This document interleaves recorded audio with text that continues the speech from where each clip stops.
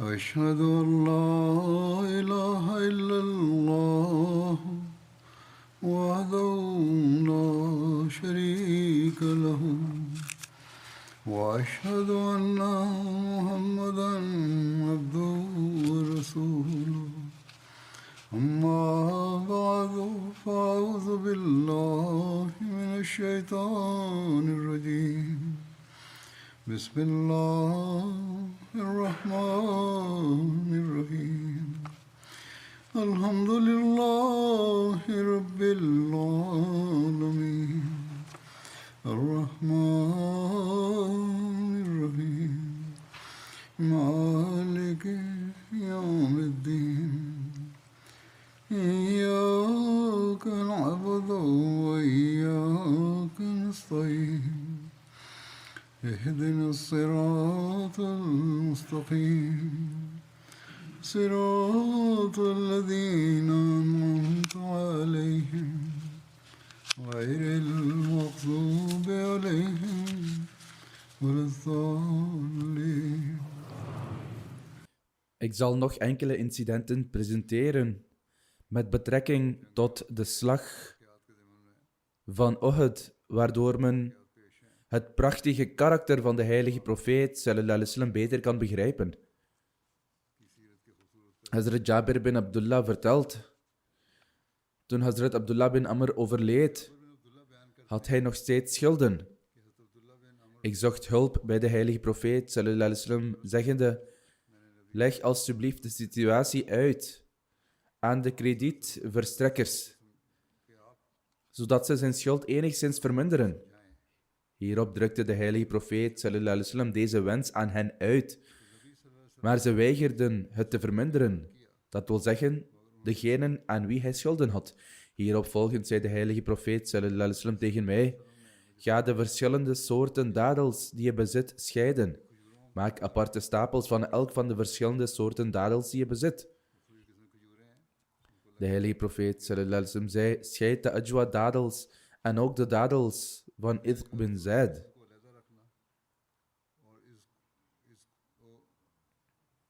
En stuur mij dan een bericht. Daarom deed ik wat hij vroeg en stuurde hem een bericht. De heilige profeet sallallahu alaihi wasallam kwam en ging op of in het midden van deze stapels dadels zitten. Hierna zei hij: meet ze en deel ze uit aan deze personen. Ik heb ze vervolgens gemeten en onder deze personen verspreid, tot ik ze het verschuldigde bedrag had gegeven. Ik had echter nog dadels over, en het was alsof ze helemaal niet waren afgenomen.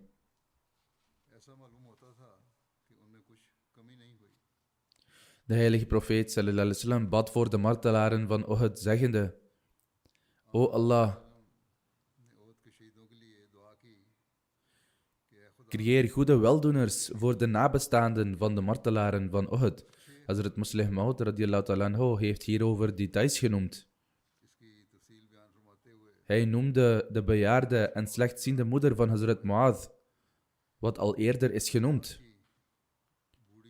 De moeder die Medina verliet uit liefde voor de heilige profeet sallallahu alaihi wasallam. Zoals ik al zei, de details hiervan zijn al genoemd in de vorige preek. Na het vermelden van deze details zegt Hazrat Muslih Maud radiyallahu ta'ala anhu: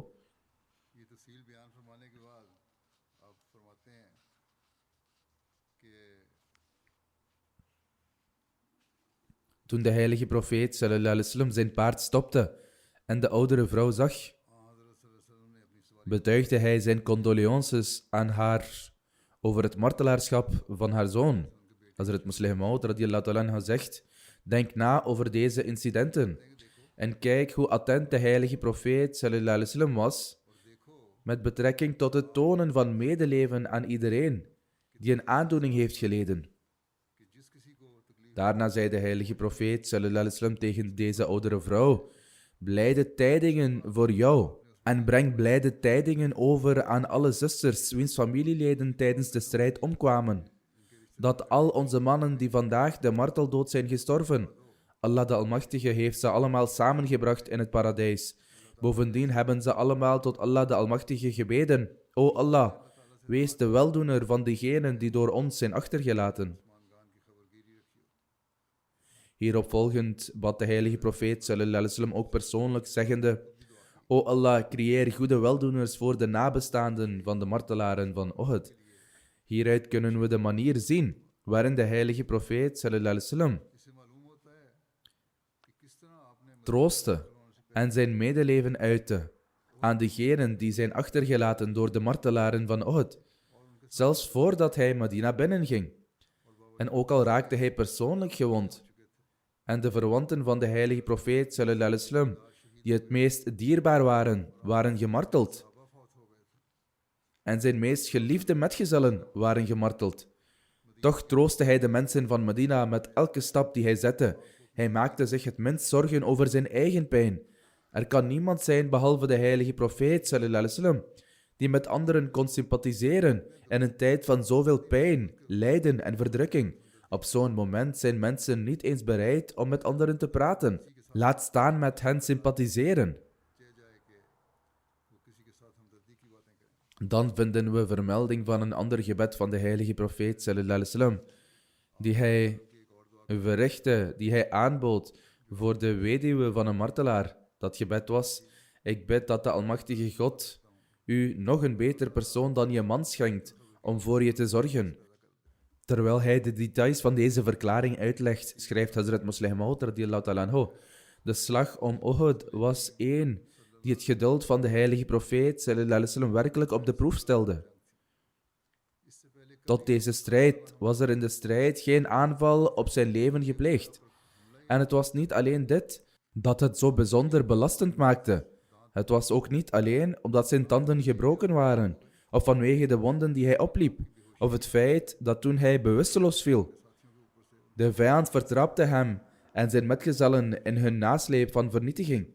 Integendeel, het was omdat dit de eerste keer in zijn leven was dat hij getuige was van zo'n opeenvolging van chaos. Maar ondanks dit alles zien we de enorme vastberadenheid en verheven morele normen die hij tentoonspreidde. Hij heeft veel empathie en medeleven getoond voor zijn volk. Deze strijd onthult de torenhoge hoogten waarop de moraal van de heilige profeet sallallahu alaihi wasallam was gebaseerd en de weergaloze offers die zijn metgezellen brachten. Hazrat Musleh Maud radiyallahu anhu vervolgt: ik spreek nu over de tijd dat de heilige profeet sallallahu alaihi wasallam terugkeerde van de strijd naar huis, naar Medina. De vrouwen van Medina, die gekweld en radeloos bij het horen van het valse gerucht over de dood van de heilige profeet sallallahu alaihi wasallam, toen zij hoorden dat hij naar huis was teruggekeerd, snelden ze helemaal naar de buitenwijken van Medina om hem te verwelkomen. Onder deze vrouwen bevond zich ook de schoonzus van de profeet sallallahu alaihi wasallam, Zainab bint Jahash radiyallahu anha, die 3 van haar naaste familieleden had verloren in de strijd. Laat me hier verduidelijken dat dit incident, zoals opgetekend in Anwarul Ulum, of door degene die het heeft opgeschreven, of misschien heeft Hazrat Musleh Maud radiyallahu anhu het per ongeluk gezegd, lijkt een geheugenverlies te zijn. Hazrat Zainab bint Jahash was eigenlijk de gezegende vrouw van de heilige profeet sallallahu alaihi wasallam, niet zijn schoonzus. Haar naam was Hamna bint Jahash en zij was de vrouw van Hazrat Musab bin Omer. In ieder geval, waar deze fout ook is gemaakt, ik zal het corrigeren naarmate ik verder ga. Toen de heilige profeet sallallahu alaihi wasallam haar zag terugkeren, zei hij: spreek je verdriet uit over je verlies. Dit is een Arabische idiomatische uitdrukking om over te brengen dat de geadresseerde een dierbare heeft verloren. Dus de vrouw, wiens eigenlijke naam Hamna bint Jahash was, antwoordde: O boodschapper van Allah sallallahu alaihi wasallam, voor wie zou ik bedroefd moeten zijn? De heilige profeet sallallahu alaihi wasallam antwoordde: je oom van moederskant, Hamza, is gemarteld. Toen zij dit hoorde, zei Hazrat Zainab, beter gezegd Hazrat Hamna: aan Allah behoren wij en tot hem zullen we allen terugkeren. Mogen Allah zijn positie in het paradijs verheffen. Wat een mooie manier om te sterven. Hierna zei de heilige profeet sallallahu alaihi wasallam tegen haar: Hamna, spreek je verdriet uit over weer een verlies. Hazrat Hamna vroeg: O boodschapper van Allah sallallahu alaihi wasallam, voor wie zal ik bedroefd zijn? De profeet antwoordde: je broer, Abdullah bin Jahash, is ook gemarteld. Toen zij dit hoorde, Antwoordde Hazrat Hamna, inna lillahi wa inna ilayhi raji'un. Alle lof behoort aan Allah. Mijn broer is inderdaad een nobele dood gestorven.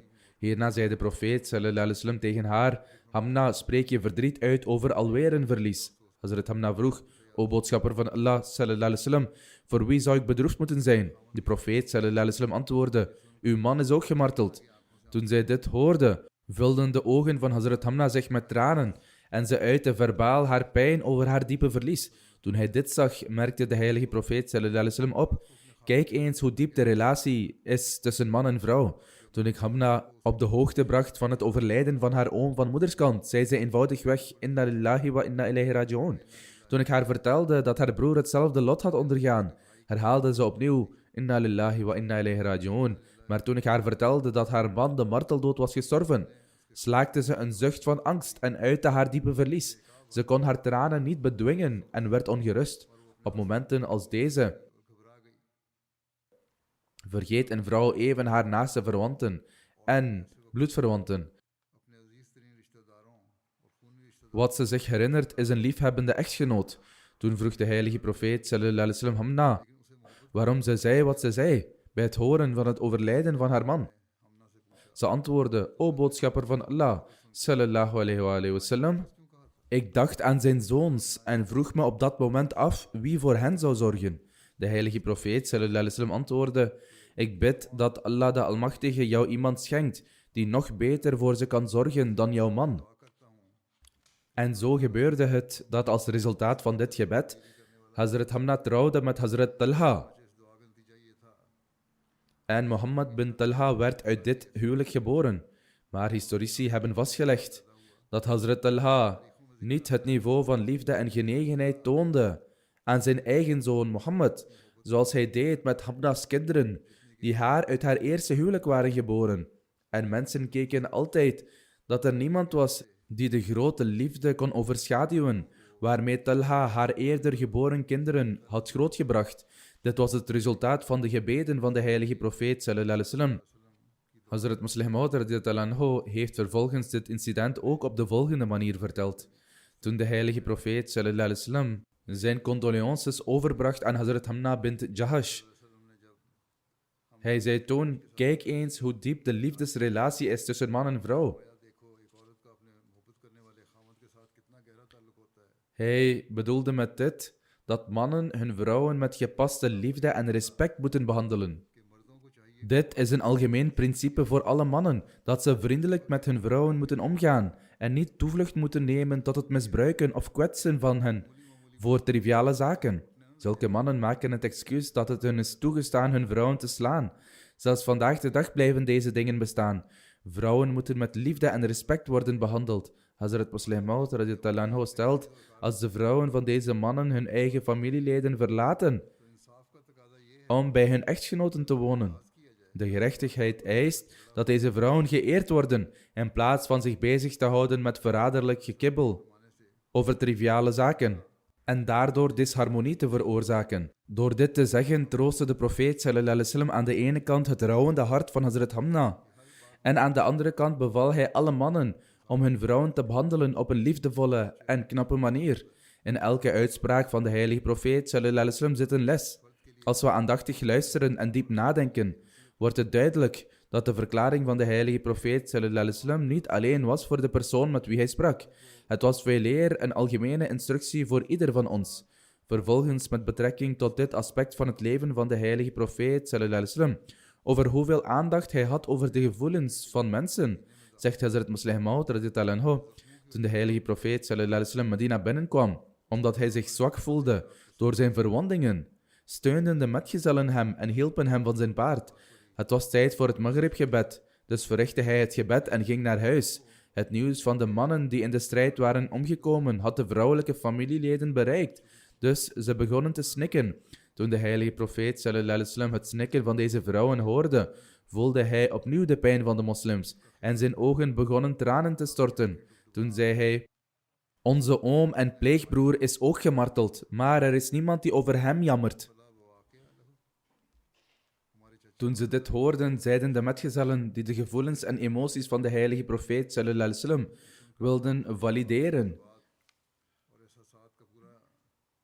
die zelfs niet het meest minuscule sentiment wilden of de kleinste emotie wilden dat het ontsnapt zonder vervuld te worden. Ze renden naar hun huizen, gingen naar hun vrouwen en zeiden: hou nu op met huilen om je eigen familieleden. Ga naar het huis van de heilige profeet sallallahu alaihi wasallam en weeklaag over Hamza. Gedurende deze periode, omdat de heilige profeet sallallahu alaihi wasallam moe was bij aankomst in Medina, ging hij rusten. Hazrat Bilal radiyallahu anhu deed de oproep tot het Isha-gebed. Maar toen we vermoeden dat de heilige profeet sallallahu alaihi wasallam moe was, maakte hij hem niet uit zijn slaap wakker. Toen een derde van de nacht voorbij was, maakte Hazrat Bilal hem wakker voor het Isha-gebed. Toen de heilige profeet sallallahu alaihi wasallam wakker werd, waren de vrouwen in die tijd nog steeds aan het treuren over Hazrat Hamza, dicht bij het huis van de heilige profeet sallallahu alaihi wasallam. De heilige profeet sallallahu alaihi wasallam vroeg: wat gebeurt er? Er werd gezegd: o profeet van Allah sallallahu alaihi wasallam, de vrouwen van Medina huilen om de dood van Hazrat Hamza. Hij antwoordde: mogen Allah de Almachtige genade hebben met de vrouwen van Medina. Ze hebben hun empathie jegens mij geuit. Hij zei toen: ik wist het al van tevoren dat de Ansar, dus de metgezellen van Medina, enorm van mij hielden. Hij verklaarde toen: op deze manier treuren is ontmoedigd in de ogen van Allah de Almachtige. De metgezellen zeiden: o profeet van Allah sallallahu alaihi wasallam, dit is de gewoonte van onze natie. En als we niet op deze manier huilen, kunnen onze emoties niet verdwijnen. De heilige profeet sallallahu alaihi wasallam zei: ik verbied je niet om te huilen, maar de vrouwen moeten het verteld worden dat ze zichzelf niet in het gezicht mogen slaan en niet aan hun eigen haar mogen trekken. Ze klaagden en sloegen zichzelf ook. Ze mogen niet aan hun eigen haar trekken. Ze mogen niet hun eigen gezicht slaan. En ze mogen hun eigen kleren niet scheuren. En als ze willen huilen van zoveel verdriet, omdat het normaal is om te huilen van verdriet, dan kunnen ze huilen. Van deze zaken zijn we getuigen van het morele karakter van de heilige profeet sallallahu alaihi wasallam. Dat ondanks dat hij gewond was en pijn had, hield hij buitengewoon rekening met de gevoelens en emoties van mensen. Vervolgens vertelt Hazrat Muslim Maud radiyallahu anhu dit incident op een andere manier. Toen de heilige profeet sallallahu alaihi wasallam zag dat de vrouwen van Medina klaagden en jammerden over hun overledenen en dan de gedachte in gedachten houden dat de Muhajirin en de familieleden van Hazrat Hamza het gevoel zouden hebben dat ze hier in Medina niemand hebben. Dit is de reden waarom, rekening houdend met hun gevoelens, hij zei: er is niemand die huilt om Hamza. Daarna, toen de vrouwen van Medina begonnen te jammeren over de dood van Hazrat Hamza, toen verbood hij het, dat het niet toegestaan is om op deze manier te jammeren. Hieruit wordt begrepen dat als de heilige profeet sallallahu alaihi wasallam in werkelijkheid dacht dat mensen inderdaad zouden moeten weeklagen over Hazrat Hamza, dan zou hij het later niet verbieden. Toen hij zijn verdriet uitte over het feit dat niemand huilde bij de dood van Hazrat Hamza, op dat moment probeerde hij alleen anderen te troosten. En toen hij destijds degenen die huilden verbood, probeerde hij alleen anderen te troosten, omdat hij die vrouwen ervan weerhield te huilen. En daarna zei hij dat ze hun empathie met hem betuigden. Vervolgens zei hij ook: ik wist het al van tevoren dat de Ansar, de metgezellen van Medina, enorm met mij meeleefden. En door dit te zeggen wilde hij dat ze geen aanstoot zouden nemen aan zijn verbod op huilen. Hij hield hen tegen dit te doen, maar bedankte hen ook. Wat een wonderbaarlijke en verbazingwekkende pad zien we die de heilige profeet sallallahu alaihi wasallam op een gevoelig moment bewandelt. In een tijd waarin naaste en geliefde familieleden worden vermoord en de persoon zelf gewond raakt. En hij ook in de komende dagen gevaar voelt. Een gewoon mens kan zo'n voorbeeld niet laten zien die de heilige profeet sallallahu alaihi wasallam tentoonspreidde. Er wordt melding gemaakt van de metgezellen in de geschiedenisboeken, wiens zwaarden recht deden tijdens de slag om Uhud. Toen de heilige profeet sallallahu alaihi wasallam zijn eigen huis binnenging, overhandigde hij zijn zwaard aan zijn dochter Hazrat Fatima en zei: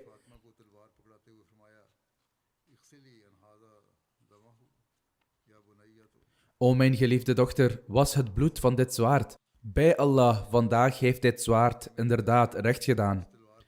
Vervolgens zei Hazrat Ali, terwijl hij zijn zwaard aan Hazrat Fatima overhandigde: was ook het bloed van dit zwaard. Op dat moment lagen precies dezelfde woorden op zijn tong, die de heilige profeet sallallahu alaihi wasallam had gezegd, dat, ik zweer bij Allah, vandaag deed dit zwaard het uitstekend. Toen hij dit hoorde, zei de heilige profeet sallallahu alaihi wasallam: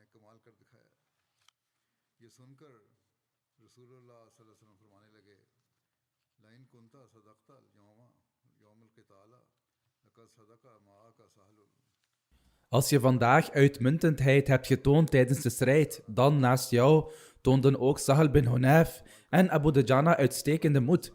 In een andere overlevering wordt vermeld dat de heilige profeet sallallahu alaihi wasallam zei: als je blijk gaf van uitmuntendheid in zwaardvechten, dan toonden Sahal bin Hunayf, Abu Dujana, Asim bin Thabit en Harith bin Simma ook uitstekende moed. Hazrat Musleh Maud radiyallahu anhu zegt: in de geschiedenis staat vermeld dat toen Hazrat Ali terugkeerde uit Uhud, hij zijn zwaard aan Hazrat Fatima gaf en zei: spoel dit zwaard af, want vandaag is het ongelooflijk nuttig geweest. De heilige profeet sallallahu alaihi wasallam luisterde naar de woorden van Hazrat Ali, waarop hij zei: O Ali, het was niet alleen jouw zwaard dat van grote waarde was. Eerder vertoonden vele zwaarden van je broers ook wonderen. Terwijl hij 6 tot 7 metgezellen noemde, zei de heilige profeet sallallahu alaihi wasallam: hun zwaarden waren niet minder dan die van jou. Dus tolereerde de heilige profeet sallallahu alaihi wasallam zijn eigen schoonzoon niet, dat hij iets zei dat andere metgezellen zou ontmoedigen. Hieruit leren we dat de heilige profeet sallallahu alaihi wasallam waakzaam was over zelfs de kleinste zaken. De slag van Uhud was een grote gebeurtenis met een blijvende impact. En velen waren bang dat als gevolg hiervan de vijand aangemoedigd was geworden. En de toekomst was onzeker. Ondanks deze precaire toestand, waarin men geen acht mag slaan op zulke kleine zaken, toonde de heilige profeet sallallahu alaihi wasallam medeleven met iedereen. En hij werd een bron van bemoediging voor iedereen. De gebeurtenissen rond de slag van Uhud komen hier tot een einde. Nu zal ik spreken over een andere strijd die bekend staat als de slag van Hamra al-Asad, die plaatsvond in Shawwal 3 Hijri. Deze strijd maakte feitelijk deel uit van de slag van Uhud. En de echte conclusie hiervan in het licht van de uitkomst van de slag van Hamra al-Asad is dat de moslims de ware overwinnaars van de slag van Uhud worden beschouwd. Hamra al-Asad ligt op 13 kilometer van Medina, aan de linkerkant van de route naar Dhul Hulaifa. Wat betreft de oorzaak van de slag van Hamra al-Asad, staat er vermeld dat na het einde van de slag van Uhud de heilige profeet sallallahu alaihi wasallam 's avonds terugkeerde naar Medina. Ondanks dat hij ernstig gewond was, kwam hij naar de moskee, terwijl hij gesteund door zijn metgezellen, en verrichtte het Maghrib-gebed uit. Zo kwam hij ook naar de moskee om het Isha-gebed te verrichten. Na het Isha-gebed keerde de heilige profeet sallallahu alaihi wasallam terug naar zijn huis, maar we ontdekken dat hij de hele nacht wakker was, omdat er gevaar dreigde dat Abu Sufyan zijn leger zou inzetten om Medina aan te vallen. Om deze reden bevond Medina zich in een soort noodtoestand en er waren te alle tijden bewakers buiten het huis van de heilige profeet sallallahu alaihi wasallam. De heilige profeet sallallahu alaihi wasallam deed ook inspanningen om de bedoelingen van Abu Sufyan vast te stellen en of hij zich voorbereidde om Medina aan te vallen.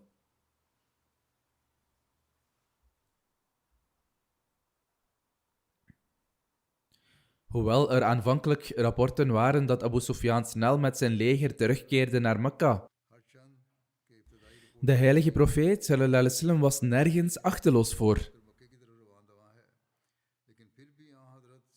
De intuïtie van de heilige profeet sallallahu alaihi wasallam bleek tenslotte waar te zijn. De nacht was nog niet voorbij en hij ontving het nieuws dat Abu Sufyan volledig voorbereid was om Medina met zijn leger aan te vallen.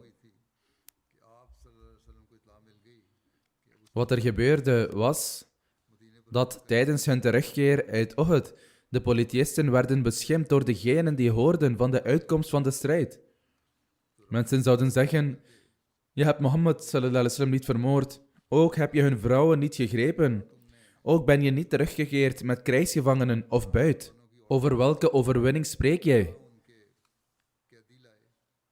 Dit leger bleef deze beschimpingen horen, totdat ze in Roha aankwamen, waar ze hun kamp opzetten, een plaats ongeveer 74 kilometer van Medina, of volgens anderen 55 kilometer. Ze begonnen met elkaar te discussiëren dat ze werkelijk geen gevangenen hadden, nog enige buit, en dat was lastig voor hen. Ze dachten dat ze moesten terugkeren en Medina moesten aanvallen. Een andere leider in het leger, Safwan bin Umayya, heeft hier uitdrukkelijk tegen gesuggereerd, zeggende dat ze niet eens zouden moeten overwegen om Medina aan te vallen, omdat ze een totale nederlaag tegemoet zouden gaan. Abu Sufyan en de meerderheid van zijn andere samenzweerders besloten echter dat ze Medina zouden aanvallen. Anders zouden ze niets hebben om in Mekka te laten zien. Aan de ene kant vonden deze discussies plaats in het leger van Abu Sufyan. En aan de andere kant deed Hazrat Bilal de oproep tot het Fajr-gebed en wachtte tot de heilige profeet sallallahu alaihi wasallam naar buiten kwam. Tegelijkertijd, Hazrat Abdullah bin Amr bin Auf Muzni kwam op zoek naar de heilige profeet sallallahu alaihi wasallam. Toen de heilige profeet sallallahu alaihi wasallam kwam, stond hij op en vertelde hem dat hij terugkeerde na een bezoek aan zijn familie, toen hij Abu Sufyan en zijn leger passeerde. Hij hoorde hen tegen elkaar zeggen: jullie hebben niets bereikt. Je hebt de moslims geen schade of pijn toegebracht.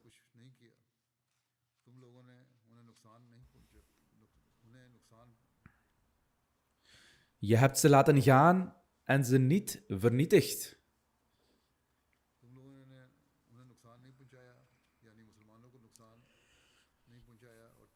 Sommige ongelovigen zeiden: onder die moslims bevinden zich veel prominente mensen. Wie zich tegen u zullen verzamelen? Laten we ons dus omkeren en degenen die overblijven uitroeien. Safwan bin Umayya probeerde hen ervan te weerhouden en zei: O mijn volk, volg deze handelwijze niet, want die mensen hebben zojuist een oorlog gevochten en ik vrees dat degenen onder hen die niet konden deelnemen zich dapper tegen u zullen verzamelen. Laten we terugkeren, want we hebben al overwonnen.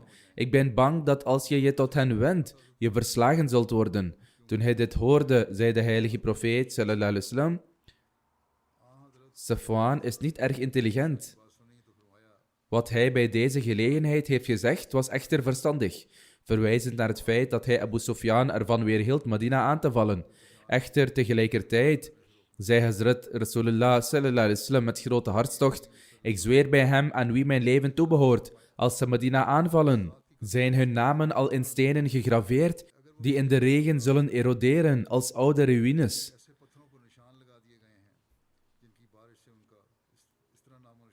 Niettemin zal ik hierover in de toekomst meer details noemen als God het wil. De tweede kwestie die ik vaak ter sprake breng, is een oproep tot gebed.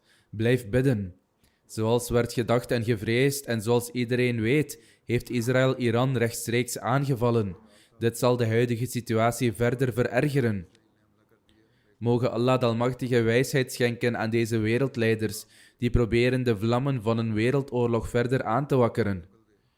Mogen Hij ook wijsheid en inzicht schenken aan de moslim-umma en de moslims in staat stellen zich te verenigen, zodat ze zichzelf kunnen verdedigen en een gevoel voor reden kunnen aannemen.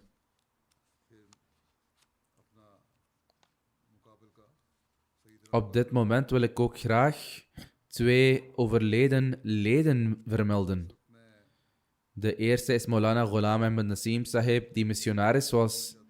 Voorheen was hij professor aan Jamia Ahmadiyya Rabwa en diende tot voor kort in Amerika. Hij overleed enkele dagen geleden op 93-jarige leeftijd. Inna lillahi wa inna ilayhi raji'un.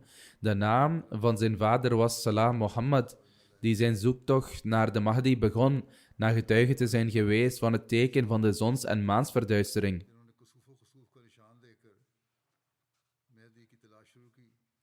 Hij bracht vele jaren door met deze zoektocht en in 1901 had hij de eer de eed van trouw af te leggen.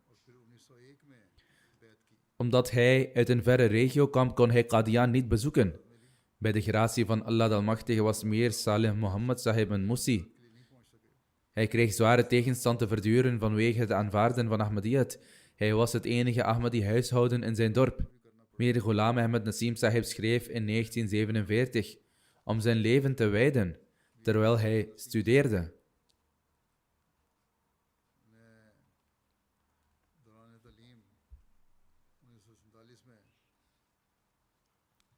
Hij werd aangenomen en kreeg de opdracht zijn studie voor te zetten. In 1948 begon hij te studeren aan Madrasa Ahmadiyya in Ahmednagar. Na de splitsing, de opdeling van India en Pakistan, slaagde hij voor de Maulvi Fazil in 1954. En dan ontving hij de Shahid-graad van Jamiatul Mubashirin. In 1957 begon hij te dienen in het praktische veld. In 1960 arriveerde hij in Sierra Leone en diende daar 3 jaar als missionaris en als directeur van de Ahmadiyya-school. Bij zijn terugkeer naar Pakistan werd hij benoemd tot lid van Jamia Ahmadiyya. Daar was hij directeur van de bibliotheek. Als een professor niet beschikbaar was, gaf hij in zijn plaats ook les. Gedurende deze tijd studeerde hij ook af aan de Punjab Universiteit met een masters in Arabisch. In 1966 werd hij aangesteld in Guyana. Daar diende hij iets meer dan 4 jaar. In 1970 keerde hij terug naar de hoofdzetel in Pakistan. Van 1970 tot 1975 was hij professor in Jamia Ahmadiyya en onderwees vooral degenen die buitenlanders waren. Van 1975 tot 1979 diende hij als missionaris in Zambia in Afrika. Vervolgens van 1980 tot 1997 was hij hoogleraar geschiedenis en tasawwuf in Jamia Ahmadiyya. In zijn incidenten wordt vastgelegd dat hij 11 jaar in Sierra Leone, Guyana en Zambia heeft gediend. En hij bleef de hele tijd in het buitenland zonder zijn familie. De 4e kalif, rahimahullah ta'ala, noemde ook zijn vrouw en haar offers in een toespraak. Zijn vrouw, Amatul Mannan Qamar Sahiba, was de voormalige directrice van de Fazl Umar meisjesschool in Rabwa. Allah de Almachtige schonk hem 4 kinderen, die voorop liepen in de dienstverlening en allemaal goed opgeleid zijn. Een van zijn dochters is Dr. Amatul Shakur, echtgenote van Dr. Abdul Hafiz Sahib uit de Verenigde Staten. Ze heeft ook 11 jaar in Gambia en Tanzania gediend onder het Nusrat Jahan-programma. Hij schreef ook wetenschappelijke werken. Hij is de auteur van 3 boeken, Qamus Roya, de interpretatie van dromen volgens de numerieke waarden van letters. De geesteswetenschap van de mystiek was zijn 2e boek. Het 3e boek is Yad-e Ayyam, zijn autobiografie. Inamullah Koster Sahib, hoofdmissionaris van Australië, schrijft: hij onderwees zijn studenten met nederigheid en zachtmoedigheid en hij zou voor ze zorgen. Hij zegt: ik ging op rondreis door Brits-Guyana en bezocht 3 of 4 dorpen waar de gemeenschap door hem werd opgericht. Alle oude bewoners daar herinnerden zich hem met veel plezier en hadden een foto van hem bewaard. Door hem heeft Allah de Almachtige een sterke gemeenschap in Brits-Guyana gevestigd. Laik Mushtaq, een missionaris in Suriname, schrijft: tijdens zijn verblijf in Guyana bezocht Maulana Mir Ghulam Ahmad Nasim Sahib Suriname 3 keer tussen 1967 en 1969, waar hij wekenlang zou blijven en de gemeenschap opnieuw zou activeren. Destijds, om verschillende redenen, hadden de meeste leden van de gemeenschap zich afgescheiden van de gemeenschap, terwijl er nog maar een paar Ahmadis over waren. Maar zelfs zij hadden geen enkele communicatie met het hoofdkwartier. Het was onder deze omstandigheden dat gerespecteerde Maulana Ghulam Ahmad Nasim Sahib vanuit Guyana naar Suriname kwam en het eerste programma uitvoerde op 15 september 1967. Die werd bijgewoond door 6 mensen die beloofden een onbreekbare band met de gemeenschap te zullen vormen. In die tijd was Maulvi Shah Ahmad Noorani ook vanuit Pakistan naar Suriname gekomen en ging van de ene plaats naar de andere, haatdragende toespraken houden tegen de gemeenschap. Maulana Nasim Sahib hield ook talloze bijeenkomsten en reageerde op zijn aantijgingen. En hield ook 3 programma's op de radio over de waarachtigheid van de beloofde Messias ﷺ. In mei 1968, tijdens zijn 2e tournee, legde hij de basis voor een missiehuis naast de moskee, die al in aanbouw was En het was binnen een paar jaar klaar. Hij daagde Abdurrahim Jagu uit, de leider van de Lahori-gemeenschap en de leider van de Soenitische gemeenschap, tot een debat. Hij publiceerde ook verschillende folders over de waarachtigheid van de beloofde Messias al-Islam.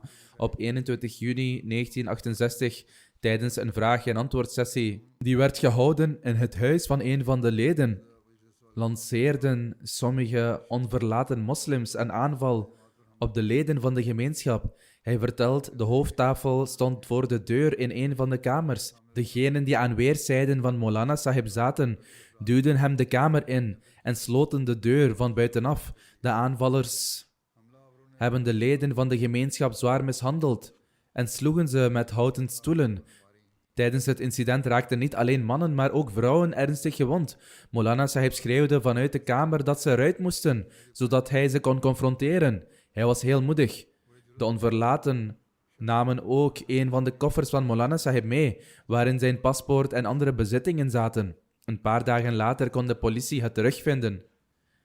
Na dit incident communiceerde hij uitgebreid met de politie en de relevante functionarissen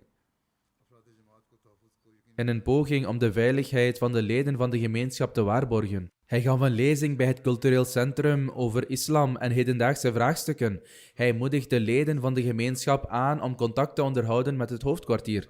Dus als resultaat van zijn inspanningen herwon een verspreide gemeenschap haar positie. Bij de genade van Allah, de missionarissen die na hem naar daar gingen, voorzagen in verdere versterkingen en de gemeenschap werd sterk. Mogen Allah de Almachtige de positie van de overledene verheffen en zijn kinderen en nakomelingen in staat stellen deze deugdzame eigenschappen voor te zetten.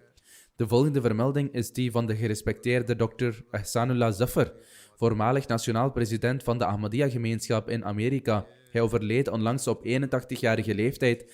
Inna lillahi wa inna ilayhi raji'un. Met de gratie van Allah de Almachtige was hij een Moesie. Hij was lange tijd plaatselijke voorzitter, nationale vicevoorzitter en vervolgens van 2002 tot 2016 kreeg hij de kans om als nationale voorzitter van de gemeenschap in de VS te dienen. Hij bezat veel goede eigenschappen. Hij was erg liefdevol, vriendelijk en erg verdraagzaam. Hij laat 2 dochters achter. Zijn vrouw overleed enkele jaren geleden bij een ongeval en zijn zoon stierf ook bij hetzelfde ongeval. Hij heeft dit verlies met veel geduld en verdraagzaamheid gedragen en uit de nood een klacht.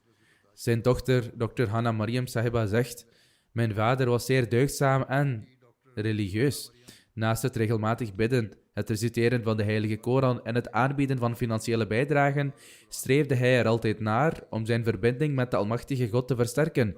Er zouden vele momenten gedurende de dag zijn wanneer, alleen of terwijl hij in een bijeenkomst zat, hij zijn handen ophief en bad. Hij maakte zich nooit zorgen over wat anderen van hem zouden denken. Ondanks de moeilijkheden in het leven heeft hij zijn kinderen altijd geleerd om de Almachtige God onder alle omstandigheden dankbaar te zijn. Ze zegt: mijn vader was buitengewoon oprecht en loyaal aan het kalifaat. Zijn religieuze, historische en politieke kennis was zeer uitgebreid. Zelfs op de dag dat hij voor de laatste keer naar het ziekenhuis ging, las hij de krant, luisterde hij naar de preek en keek naar enkele interviews over geschiedenis en vroeg me om ze samen met hem te bekijken. Hij heeft nooit gedacht over zijn kennis of mening dat het superieur is dan de kennis en meningen van anderen. Hij luisterde aandachtig naar anderen. Hij dacht erover na en testte het vervolgens. Hij had een diepgaande kennis van de Heilige Koran en de vertaling ervan. Ze zegt, naast het leren van de betekenis van de woorden van de Heilige Koran, zou hij ons ook leren over de impact van de leringen ervan op ons leven. Zijn liefde voor de heilige profeet sallallahu alaihi wasallam was ook duidelijk in zijn persoonlijke leven. Op dezelfde manier was hij ook Allah de Almachtige zeer dankbaar. Ze zegt, op een dag terwijl hij aan het eten was, begon hij te bidden. En vertelde hij ons dat soms de heilige profeet sallallahu alaihi wasallam en zijn metgezellen zo weinig te eten hadden, dat ze dadels en brood aten dat in azijn gedoopt was. Ondanks dat we zoveel hebben, verlangen we nog steeds maar meer. We moeten tevreden blijven. Hij had een bijzondere passie voor het helpen van de behoeftigen. Hij kreeg de kans om in 1967 naar Mekka te gaan, waar hij onderweg iemand zag die niets zei, maar zijn ogen gaven uitdrukking aan de behoefte aan hulp en zijn honger. Ze zegt, mijn vader gaf hem wat geld dat hij had, en met zijn ogen bedankte de man hem en ging naar de eetkraam. Ze zegt, Een paar jaar geleden bracht hij 3 Turkse tapijten mee naar huis die hij had gekocht. Toen mijn moeder ze zag, zei ze tegen hem dat ze erg duur waren en dat we ze niet eens nodig hadden. Hij antwoordde en zei dat dit de enige bron van inkomsten voor de vrouw was van wie hij ze kocht. En toen hij haar passie zag, wilde hij haar helpen. Hij zag altijd het goede in anderen in plaats van hun zwakheden. Hij adviseerde zijn kinderen altijd om zich nooit zorgen te maken als er moeilijkheden waren, om altijd alles te zoeken bij de Almachtige God en tevreden te zijn met alles wat God schenkt. Ze zegt, hij gaf deze leiding aan ons allemaal en deed dat herhaaldelijk. Dr. Nasib Rahmatullah Sahib schrijft het volgende over hem.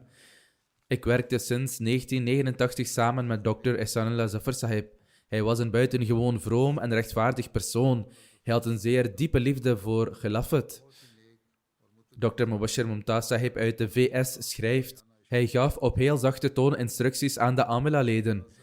Als hij het met geen enkele suggestie van wie dan ook eens was, dan zou hij die suggestie met opgaaf van redenen afwijzen. Het was niet zo dat hij hen zomaar zijn instructies zou opleggen.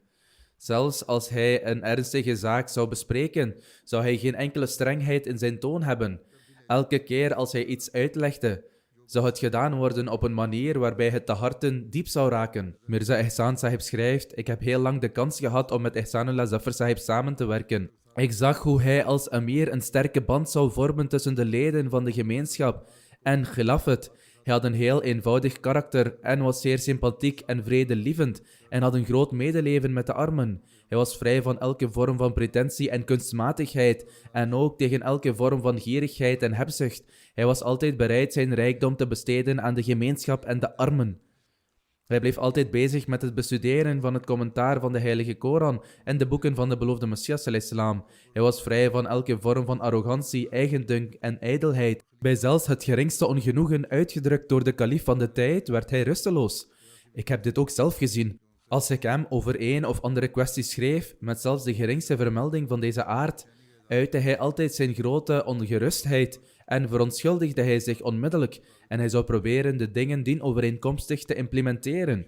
Hij had een grote liefde voor boeken en hij had zulke unieke boeken in zijn persoonlijke bibliotheek dat het iemand verbaasd zou achterlaten. Hij had een grote liefde voor de Heilige Koran. In elke bijeenkomst of vergadering zou hij reflecteren over een vers uit de Heilige Koran. Zijn bijeenkomsten trokken altijd mensen op een liefdevolle en ontspannen manier naar hem toe. Hij heeft nooit een officieel protocol voor zichzelf laten opstellen, terwijl hij als amir diende. Hij had een heel eenvoudig karakter. Zahir Bajo Sahib schrijft, een vriend vertelde me dat Dr. Ehsanullah stilletjes naar de moskee kwam en als er niemand anders aanwezig zou zijn, zou hij beginnen met het schoonmaken van de moskee en de badkamers. Toen hem werd gevraagd waarom hij dit deed, antwoordde hij dat hij hierdoor de kans zou krijgen om zijn ziel te reinigen. Hij was heel bescheiden. Hij schrijft verder, Dr. Sahib was voorbeeldig in zijn liefde voor God, de erkenning van de verheven status van de heilige profeet sallallahu alaihi wasallam en zijn liefde voor de beloofde Messias sallallahu alaihi wasallam en zijn kalifen. Zijn liefde voor de heilige Koran kan niet in woorden worden beschreven. Elke keer als ik bij hem in zijn auto zat, speelde hij altijd een cd met de heilige Koran af en MTA stond altijd aan in zijn huis. Elke keer als hij naar Baitur Rahman kwam, speelde hij MTA of het reciteren van de heilige Koran. Zijn huis was gevuld met Korans en de commentaren ervan. In bijna elke kamer stonden talloze boeken op de planken. Ze werden niet alleen tentoongesteld, maar hij las ze ook regelmatig. Terwijl hij in Rabwa studeerde, was het de wens van de moeder van Dr. Sahib dat hij Hazrat Mirza Bashir Ahmed Sahib radiyallahu anhu dagelijks zou ontmoeten en Hazrat Maulana Ghulam Rasul Rajiki Sahib en hen zou vragen om gebeden. Dr. Sahib zei dan, ik heb mijn uiterste best gedaan om dit te doen en beide oudsten hebben een grote rol gespeeld in het succes van mijn opleiding en mijn morele training. Hij hield van iedereen, maar de bijzondere liefde waarvan ik getuige was die hij had voor de arme Ahmadi-leden is niet in woorden uit te drukken. Hij kon nooit kwaad over iemand denken.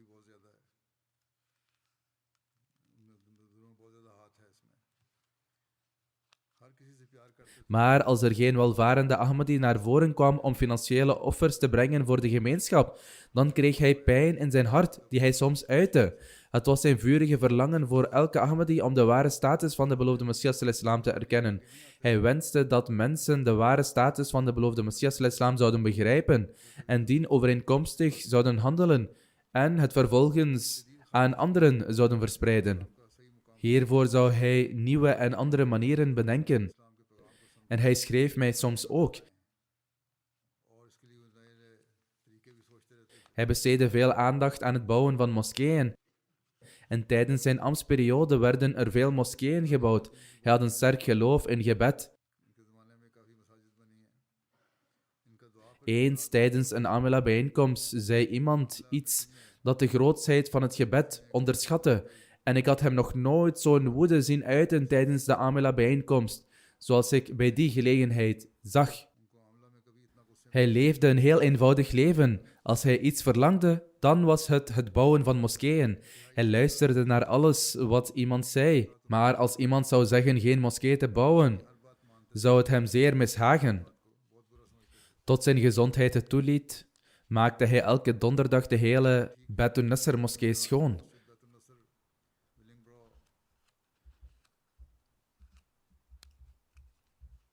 Allah de Almachtige schonk hem de mogelijkheid om deel te nemen aan financiële offers. Mirza Mahfour Ahmed Sahib, de huidige nationale president, nationale voorzitter van de WS, schrijft: Allah de Almachtige schonk Dr. Hassanullah Zafar Sahib de kans om lange tijd als nationaal vice-voorzitter te dienen. En later als nationaal voorzitter van de VS. Tijdens zijn ambtsperiode als nationaal voorzitter heb ik de VS 3 keer bezocht. Hij organiseerde ze op een uitstekende manier.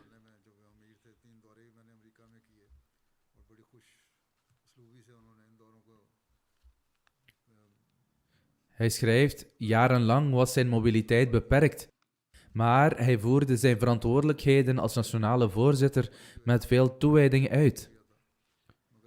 Bij het spreken verwees hij vaak naar extracten en uitreksels van de beloofde Messias al-Islam.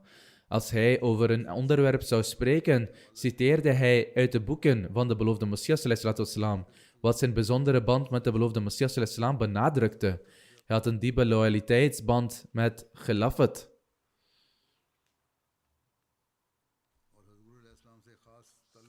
De nationale voorzitter van de VS heeft mij verder geschreven dat hij door mij gegeven alle richtlijnen onmiddellijk zou doorgeven aan de leden van de gemeenschap.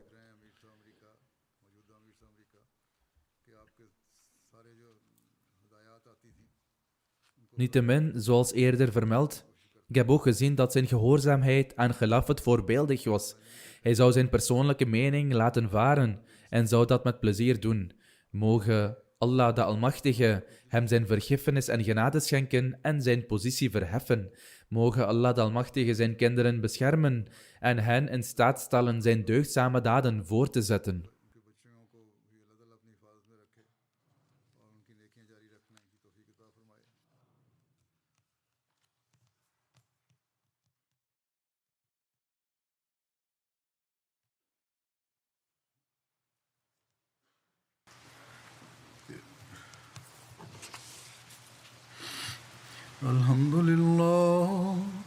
الحمد لله نحمده ونستعينه ونستغفره ونؤمن به ونتوكل عليه ونعوذ بالله من شرور أنفسنا ومن سيئات أعمالنا من يهده الله فلا مضل له ومن يضلل فلا هادي له ونشهد أن لا إله إلا الله ونشهد أن محمدا عبده ورسوله عباد الله رحمكم الله إن الله يأمر بالعدل والإحسان وإيتاء ذي القربى وينهى عن الفحشاء